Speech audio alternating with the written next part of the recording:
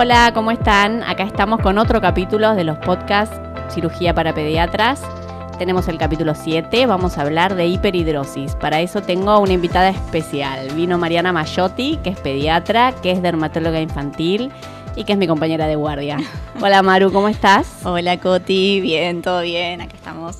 ¿Te parece si empezamos definiendo hiperhidrosis? Dale. La hiperhidrosis es una sudoración excesiva más allá de la que el cuerpo necesita para llegar a la termorregulación. Está manejada por dos sistemas, por el sistema hipotalámico, ¿sí? Y por el sistema nervioso central a nivel cortical. El hipotalámico es el que maneja la termorregulación, es decir, cuando tenemos frío, cuando tenemos calor, y el que es a nivel del sistema nervioso central cortical es el que lo maneja a través de las emociones. Cuando uno se estresa, cuando uno está emocionado y demás, tiende a tener mayor sudoración que cuando está tranquilo.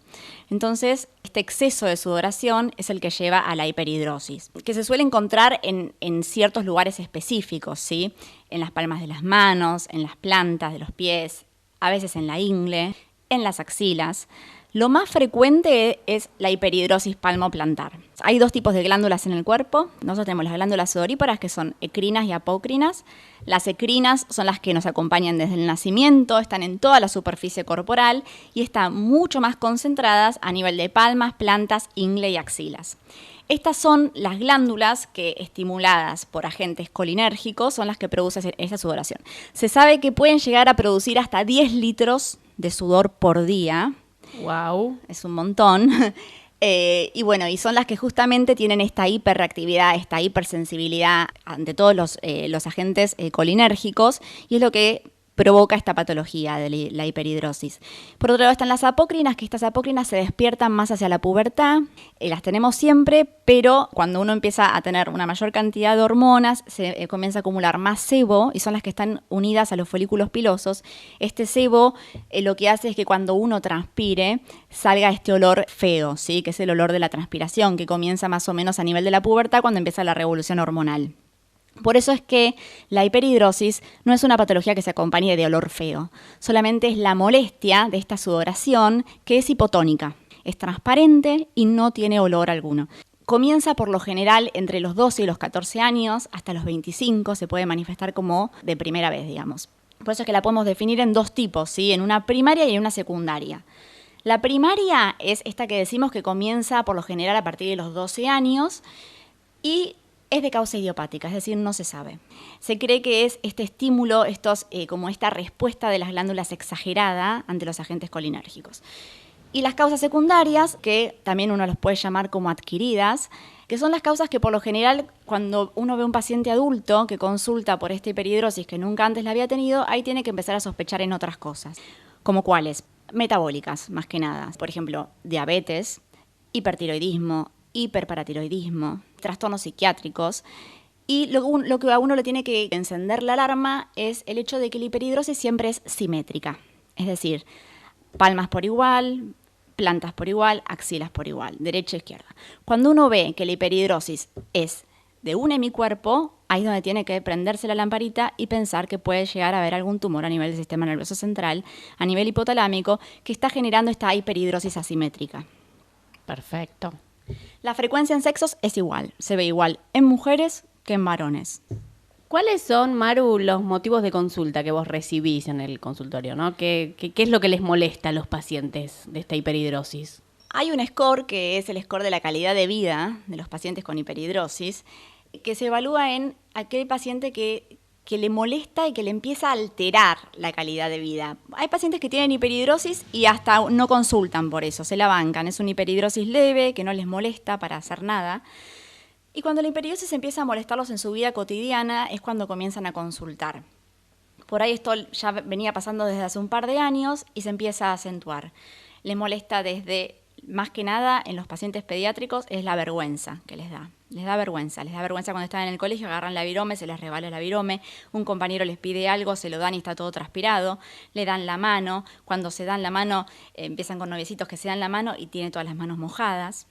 Justo que vos me estabas comentando esto de las gimnastas, muchos deportes que son de contacto o que son con el uso de las manos, hace que uno no pueda tener una buena estabilidad, un buen apoyo, y eso ya es interferencia pura a nivel de la calidad de vida y de las actividades que uno hace. Más allá también de que en las épocas invernales les molesta el sudor, porque también les da frío, porque es un sudor hipotónico que cuando se quedan con las manos mojadas tienen frío. Y en el verano este sudor se exacerba, entonces ya directamente mojan la ropa. Se tienen que estar cambiando, tienen que llevar mudas de ropa a los lugares a donde van y tienen que estar yendo a los baños a cambiarse las remeras porque hacen aureolas en las remeras y les da muchísima vergüenza.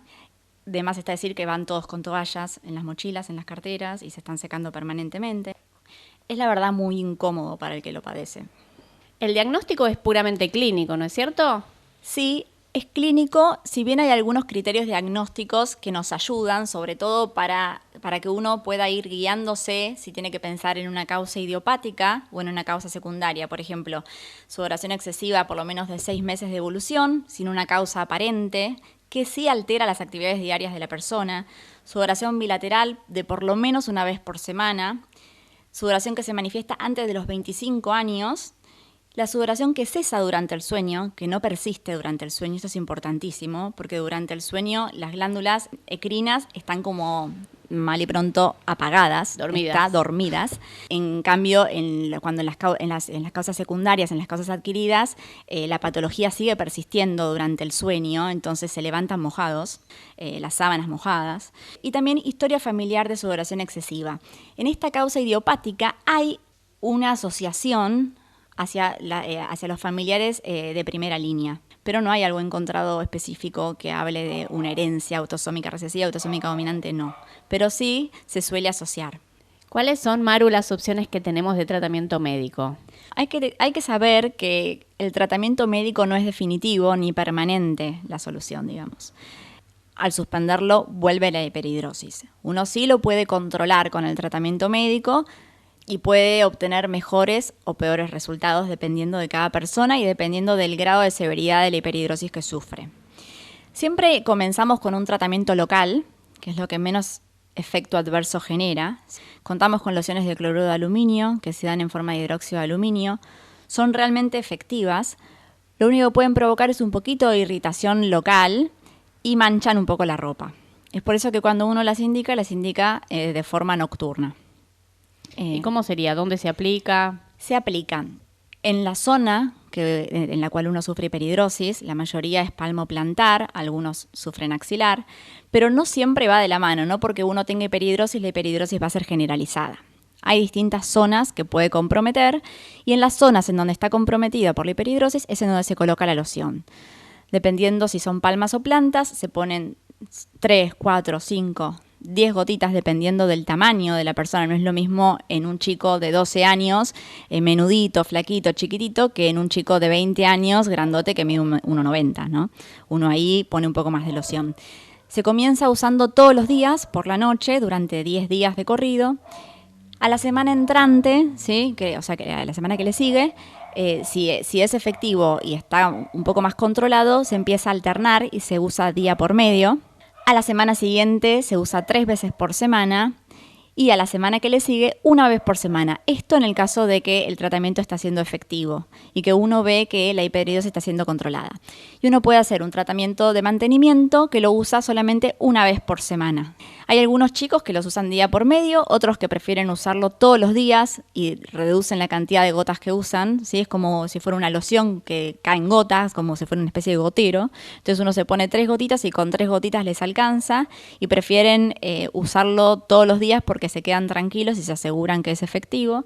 Y hay algunos chicos que les genera un poquito de prurito o un poco de irritación local, sobre todo a nivel de las axilas, entonces prefieren estirarlo, la duración del efecto, digamos, lo más que puedan y volver a usarlo cuando vuelven a tener la hiperhidrosis. Esto en el caso del tratamiento local. En el caso del tratamiento bioral, que también está, uno lo suele indicar cuando la hiperhidrosis ya es de moderada a severa y cuando afecta más de una zona, cuando afecta axilas, cuando afecta palmas, cuando afecta plantas. Entonces uno lo puede indicar. Existen esos agentes anticolinérgicos como por ejemplo la oxibutinina, la clonidina, que son las medicaciones que uno suele usar. La oxibutinina se puede dar en dosis de 5 miligramos, 10 miligramos por día, hasta 15 miligramos por día también se pueden usar, y uno va empezando con dosis menores y va viendo a ver cómo es la tolerancia y cómo es el efecto ante la droga. Si uno con dosis de 5 miligramos diarios, que es muy poco, consigue un efecto moderado, o sea, consigue un buen efecto aunque tenga un poco de hiperhidrosis, pero logra controlarla, es conveniente que lo mantenga en esa dosis y que no aumente más. ¿Por qué? Por los efectos adversos. Tiene entre un 70 y un 80% de efectividad la droga para controlar la hiperhidrosis, pero el mismo porcentaje que tiene de efectividad lo tiene de efectos adversos. Es decir, uno está comprando con esto una boca seca, una visión borrosa, un poco de taquicardia, episodios de retención urinaria, que todo esto en el día a día del niño lo empieza a molestar.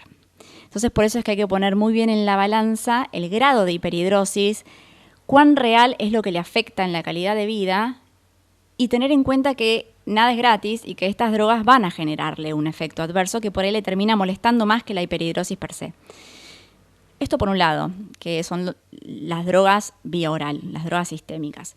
Y después también hay otros métodos que son invasivos, que bueno, en chicos de 12, 13 años por ahí no lo aguantan y no lo quieren llevar a cabo, y en chicos por ahí un poquito más grandes, de 20, 22 años, que no les importa, dicen vamos con lo invasivo si me pueden garantizar que esto va a funcionar, ¿no?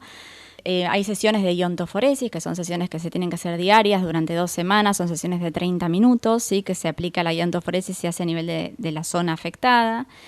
Está también la utilización de toxina botulínica, que son como micropunciones que se hacen de toxina a nivel también de las zonas afectadas. La toxina que debe ser usada es la tipo A. Puede tener un efecto de un largo plazo entre 4, 5 meses, dependiendo del grado de la hiperhidrosis. En algunas que son severas, a veces no dura más de 3 meses y vuelve a recaer. El tema de este tratamiento es que es costoso, ¿sí? Salvo que el paciente logre que se lo cubra la obra social. En ese caso, bueno, no. Con una ampolla se cubren una zona específica, o sea, axilas o palmas o plantas, y se necesitaría de otra ampolla más para cubrir otras zonas si es que tiene varias zonas afectadas. Y también hay que aguantar, obviamente, el pinchazo. Por lo general se utilizan 25 unidades por zona, 25 unidades por cada axila, o sea, 50 unidades, una ampolla viene de 100 unidades, entonces te quedan 4 zonas cubiertas. Si tenés una hiperhidrosis generalizada, te faltaría una zona a completar, entonces tendrás que conseguir otra ampolla. La mayoría de los dermatólogos sabemos colocarla. También es el tema del pinchazo, que algunos chicos no tienen ganas. No es que es un pinchazo, son múltiples pinchazos que se hacen en las axilas, múltiples pinchazos en las palmas, en las plantas, y que genera cierto dolor. Entonces hay que ver hasta dónde uno tolera el tratamiento para mejorar la hiperhidrosis. Hay otro tipo de tratamiento también que se llama el curetaje subcutáneo, que es mediante la cureta que uno conoce. Se va como curetando en forma profunda para llegar a dermis e hipodermis, para generar una lesión a nivel de las glándulas sudoríparas de las eccrinas, como rompiéndolas, digamos, hablando mal y pronto, y este sería otro tipo de tratamiento. También hay otros tratamientos como, por ejemplo, erosionar las glándulas por calor. Hay láser también que uno puede aplicar. Estos láser como efectos adversos traen quemaduras a nivel de la piel. Es de la gama de los láser que uno usa, por ejemplo, los despigmentantes, los láser para los tatuajes. Son láser que van a la profundidad de dermis reticular e hipodermis, y uno aplica estos láser. Y también en algunos casos se ha usado radiofrecuencia, pero la realidad es que ninguno de estos métodos está tan usado, ni hay tantos estudios hechos como para hablar de la efectividad que genera. Clarísimo, Mariana.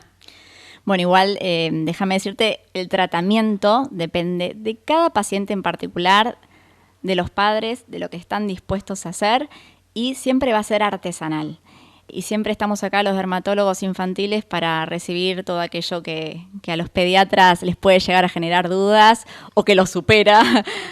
Siempre serán bienvenidos sus pacientes para ayudarlos y encontrar el mejor tratamiento de una forma integral. Buenísimo, buenísimo. Bueno, Marian, muchas gracias por haber venido. No, muchísimas gracias a vos por invitarme. En el próximo capítulo vamos a hablar del tratamiento quirúrgico de la hiperhidrosis, y para eso la vamos a tener a Carolina Millán. Seguinos en @grupo de cirugía pediátrica. Podés escucharnos en YouTube, en Spotify, en eBooks o en Google Podcast. Podés buscarnos en cirujanopediatra.com.ar. Y recordá que este podcast lo podés escuchar mientras estás esperando que te atienda la dermatóloga, o yendo a tomar una guardia, porque el conocimiento va con vos.